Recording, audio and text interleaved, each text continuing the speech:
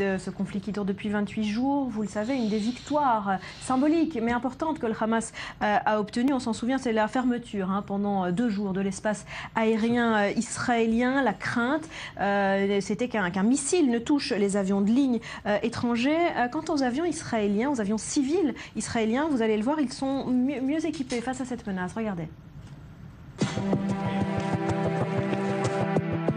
Les avions de ligne seront-ils bientôt équipés de systèmes antimissiles? C'est en tout cas ce que proposent 2 membres du Congrès américain après le drame de la Malaysia Airlines, cet avion abattu par un missile en Ukraine. Ils souhaitent faire estimer le coût d'un tel système pour connaître la faisabilité d'un tel projet. S'il était mis en œuvre sur les compagnies américaines, ça représenterait une véritable aubaine pour l'industrie militaire israélienne. El Al et d'autres compagnies locales sont déjà équipées d'un radar de détection qui leur permet de déjouer d'éventuelles attaques. Ce système mis en place au milieu des années 2000 porte le nom de Gardien des airs. En 2002, un avion de la compagnie Arca qui survolait Mombasa au Kenya a été visé par un missile. Par chance, il n'a pas été touché. Depuis, le gouvernement israélien a décidé de mettre en place un système de défense pour ces avions de ligne régulières.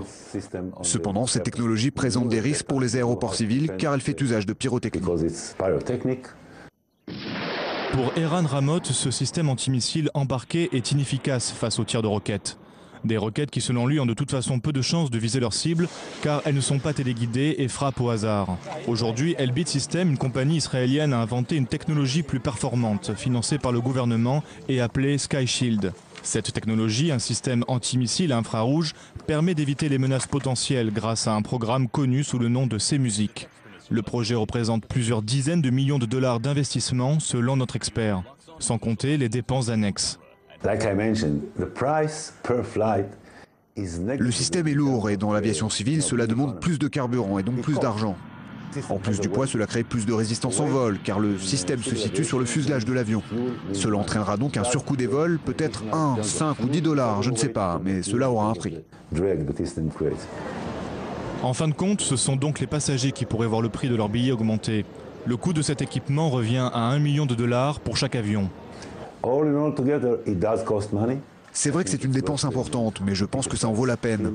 Pour un passager, voyager avec une compagnie où vous vous sentez en sécurité, c'est primordial, et ce, quel que soit le prix du billet. Eric Ramot assure que ce système, testé et approuvé, est déjà en service sur certains avions, mais ne souhaite pas donner plus de détails. Bah, ce genre de sujet, ça vous passionne, hein? Non, d'abord oui, parce que j'aime bien les avions civils et je me pose la question, je me dis voilà des cas dans lesquels attacher la ceinture n'aide pas beaucoup. Non, ça sert à rien. C'est ça justement.